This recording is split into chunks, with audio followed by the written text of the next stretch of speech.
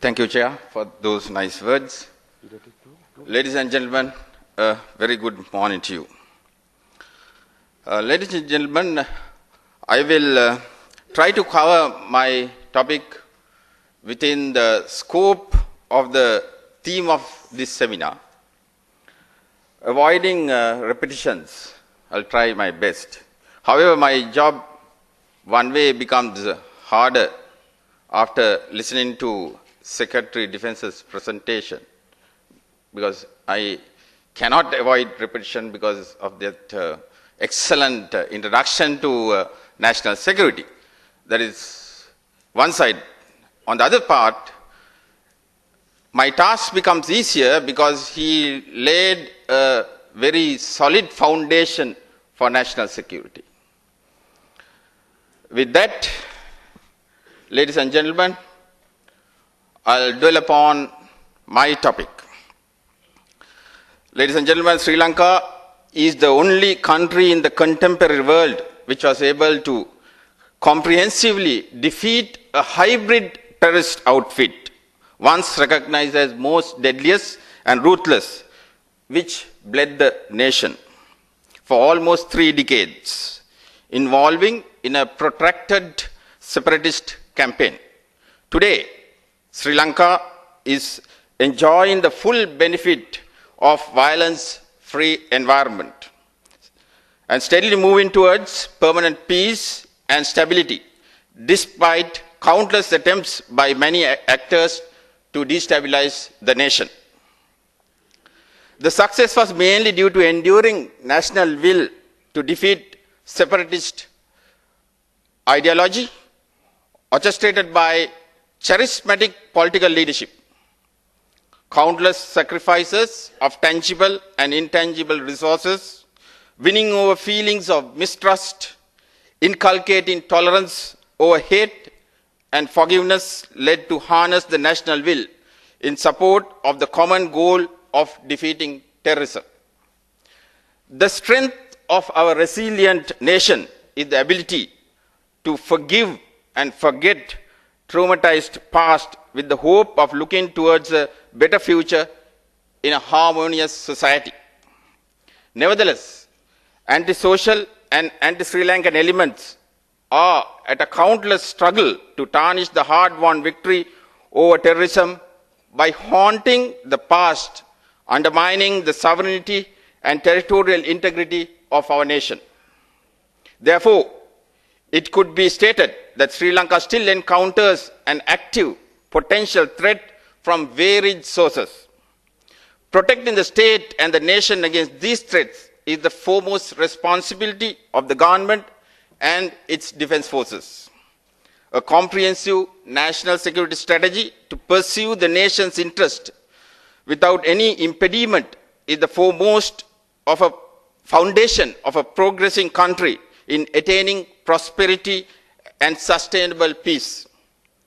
It is the enduring right of any sovereign state to formulate a national security strategy to safeguard its national interest by considering strategic threat environment. As Lord Palmerston said, I quote, "Nations have no permanent friends or foes. They only have permanent interest," unquote, is more relevant in today's context. This implies every sovereign nation, whether big or small, strong or weak, developed or undeveloped, has every right to pursue its national interests for the best advantage of the nation without being a threat to another. And every other nation shall respect the fair and just national interests that every sovereign has the right to pursue. However, conflicts of interest are very common in this volatile, uncertain, complex, and ambiguous international environment that may lead to dissatisfaction and disputes among nation states. Therefore, diplomacy is foremost national power in dealing with potential triggers through bilateral and multilateral diplomatic engagement to avoid conflict, and the military should be in full readiness to mitigate and face unavoidable and unforeseen threats and challenges. With that as background, ladies and gentlemen, I will now proceed to very briefly identify common global threats and challenges, and then discuss new trends, challenges, and concerns on national security of Sri Lanka in post-conflict context. The common global threats could be analyzed under broad categories as depicted on the screen. After the Cold War and with the disintegration of erstwhile USSR, the traditional nuclear competition and the threat of nuclear race have reduced drastically. However, large stockpiles of nuclear arsenals remain with nuclear nations, including in our neighborhood, raising security concerns. Further, as nuclear disarmament is a dream and non-proliferation is unrealistic, the conventional nuclear threat will continue to remain.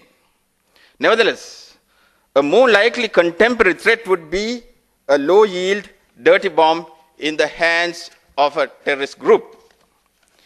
In Sri Lankan context, proximity of nuclear facilities of peaceful purposes may pose a threat due to the possibility of a leak, as in the case of Fukushima nuclear plant. Threats of this nature cannot be ignored or ruled out completely, especially due to the scale and the frequency of national disasters owing to climatic change. Countering biological threats with an underlying theme that biological weapons eventually will be used in a terrorist attack is a possibility that should be catered in national security strategy, where Sri Lankan land forces should be capable to deal with. The drum beats of cyber warfare have been sounding for years and years. Network intrusions are widely viewed as one of the most serious potential challenges to national security, public safety, and to economic security. Technology, in this case, becomes a double-edged sword.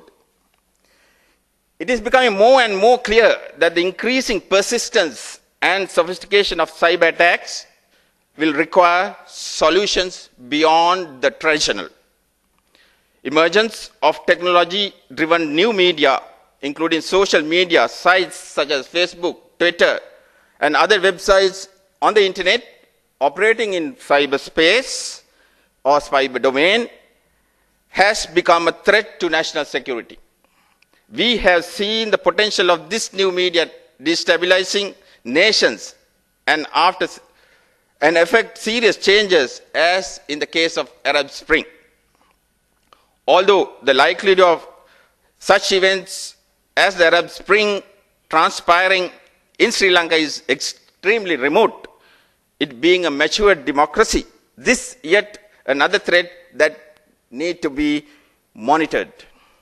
As per research conducted by the IT specialists and social scientists, the category called the NEETs, personnel not in education, employment, or training, a segment of youth who idle are the largest community of youngsters globally and locally that engage in activities in the web, on which intelligence community need to keep a very close watch. Law enforcement agencies world over see the transnational criminal networks as national security challenges. These groups cause instability, subvert government institutions through antisocial activity in collaboration with local underworld. Transnational criminal organizations have accumulated unprecedented wealth and power through the drug trade, arms smuggling, human trafficking, and other illicit activities that exceeds 50 in number. The extent they are reached by forming alliances with terrorist groups. Even advanced sophisticated technology in developed countries is not nearly enough to counter this threat. The way forward is through intelligence sharing and cooperation between law enforcement authorities and defense establishments. Chairman, according to Bruce Hoffman, all terrorists share a common denominator. They live in the future and are convinced that they will defeat their enemies. Ladies and gentlemen, Sri Lanka gave a strong message to terrorists that live in the future and proved they are not indispensable. Ladies and gentlemen, Sri Lanka proved beyond doubt that terrorism can be defeated with a well-articulated whole government strategy and well-focused charismatic political leadership. This slide may be complicated, that is by design, because the LTT organization was a complicated entity. As per David C. Rapoport, the world has experienced 4 waves of modern terrorism starting from the 19th century.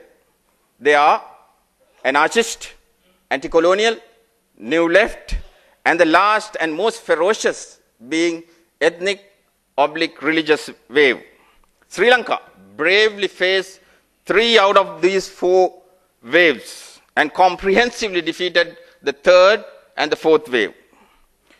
While 3rd was more of insurgency and the 4th was hybrid terrorism practically and by definition. Dr. Tom Marks explains the difference being in insurgency, terrorism is a method and terrorism is a logic in classic terrorism. Ladies and gentlemen, in hybrid terrorism, terrorist groups go beyond tactics and logic and employ conventional and other means of warfare to achieve political ends. At the time we confronted the LTT in the year 2006, it had established a virtual counter-state in north and east of Sri Lanka, controlling a landmass of 13,000 square kilometers. They also boasted of maintaining a so-called army, navy, air force, and other institutions that are required for a state entity. Ladies and gentlemen, this hybrid terrorist outfit was comprehensively defeated. Firstly, by isolating it globally, regionally, and locally through the elements of national power. Then, this isolated LTT entity received the final death blow from the military, as depicted on the screen. The practical reconciliation, as mentioned yesterday, commenced at the isolation stage by the participation of entire government machinery. Taking David's wave theory, together with Huntington's theory of clash of civilizations, as the global conflict in the offing, national security strategies ought to focus on a possible 5th wave, which may be a tsunami than a normal wave, if not prevented. There are elements that are propagating the 5th wave internationally, which will be discussed subsequently. In the present context, international community should be mindful of hybrid terrorism being spread through networks of attachments and prevent the 4th wave being transformed into the 5th. The national security ramifications of climatic change are very severe. Although the topic of climatic change has been hugely politicized, issue should be considered as a very serious security threat. In the 21st century, we recognize that climate change can impact national security, ranging from rising sea levels to severe droughts, to the melting of polar caps, to more frequent and devastating natural disasters that raise demand for humanitarian assistance and disaster relief. Change created by warming planet will lead to new conflict over refugees and resources. Catastrophic natural disasters can also lead to severe leaks of radioactive material and poisonous gases. All these would require increased military presence, which is considered in our national security strategy. Chairman, threats specific to Sri Lanka national security are mainly of unconventional nature, imposed by non-state actors and proxies. This situation could be further evaluated under the following categories as depicted on the screen. Ladies and gentlemen, most severe threat to national security derives from separatist ideology through the facilitation of pro-LTT international network. Though LTT was completely defeated locally, the international network is becoming more and more active due to support they enjoy from regional extremist political entities that share similar ethnic sentiments and the Tamil diaspora. Some international state and non-state actors too are supporting the cause through persuasion for local political gains. Many major cities in the world and some capitals are with ethnic enclaves that can influence constituencies to a great extent through lobbying and political maneuvering. Local politicians in the constituencies may not be able to ignore the influence of these naturalized Tamil elements in their political campaign and in power politics. While organizations that were active during the period of conflict in supporting the LTT ideology politically, financially, and morally continues to propagate the ideology, some more organizations with the leading LTT members who left the country during the last stages of the military humanitarian operation have mushroomed in the international scene to continue the ideological campaign. Organizations such as TGTE, BTF, MTF, Headquarter Group, and TCC work as a closely knitted network with the GTF under Father Emmanuel as the hub. These organizations are capitalizing the vulnerability of Tamil economic refugees for their own advantage. While some governments are supporting these elements based on false propaganda, some states turn a blind eye, giving excuses such as their domestic laws do not permit any action against such organizations. Ladies and gentlemen, this attitude of nations will never deter global terrorism, rather blossom.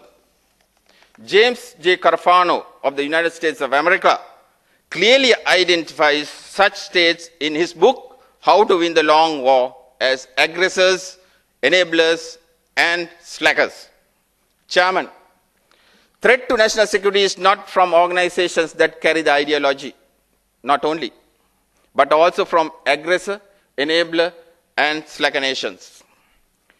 GTF-centric network of organizations has successfully influenced a number of politicians from various political parties in European countries, as well as the United States, Australia, Canada, and India to support the separatist ideology. In addition, the GTF has quoted officials within the international organizations such as the United Nations, the European Union, and various international non-governmental organizations to obtain their support.